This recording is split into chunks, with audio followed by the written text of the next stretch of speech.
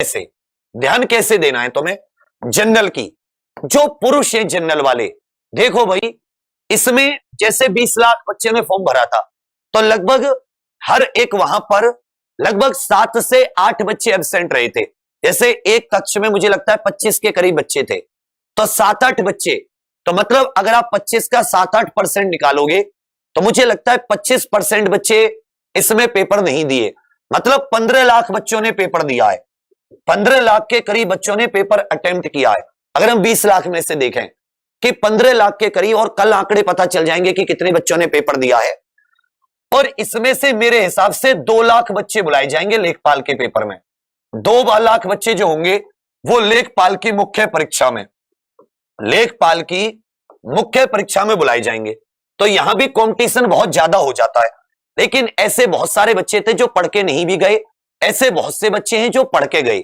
तो मेरे हिसाब से 50 से 60 के करीब में रहनी चाहिए, पुरुषों की भी और महिलाओं की भी, कि अगर पेट में आपके इतने नंबर हैं तो आपका लेखपाल के लिए आपको मुख्य परीक्षा में बुलाया जाएगा। और अगर आप एससी, एसटी और ओबीसी की बात कर रहे हो तो ओबीसी का भी कोई ज्यादा घटाने में नहीं आता है। ओबीसी का भी लगभग इतना मान के चलना, एससी का लगभग 45 से 50 के बीच में, लगभग 45 से 50 के बीच में, और एसटी जो है ये साथ ही 30 से 40 के बीच में भी कार्य हो जाएगा। इसी तरह जो एक्स सर्विसमैन वगैरह हैं वो अपना देख लीजिए।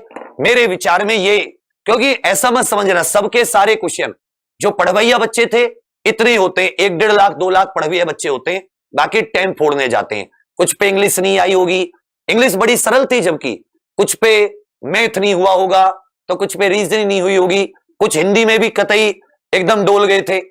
तो वही सारा कुछ एवरेज निकालोगे तो मेरे विचार में पीटी के लिए, मुख्य परीक्षा के लिए आपको इतने अंक लाने अनिवार्य हैं।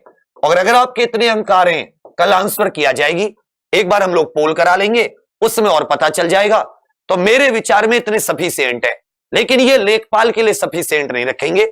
लेखपाल में सब कम से कम 90 प्लस का टारगेट रखना। और इस बार टारगेट रखना मत, इस बार पहले अपनी गलतियों को देख लो कि तुम गलतियां कहां कहां पर करते हो। 10 जगह से पढ़ना, 10 किताबों से पढ़ना, एक रोज सिर्फ पढ़ते रहना, रिवीजन ना करना, ये 3 बहुत महत्वपूर्ण चीजें हैं।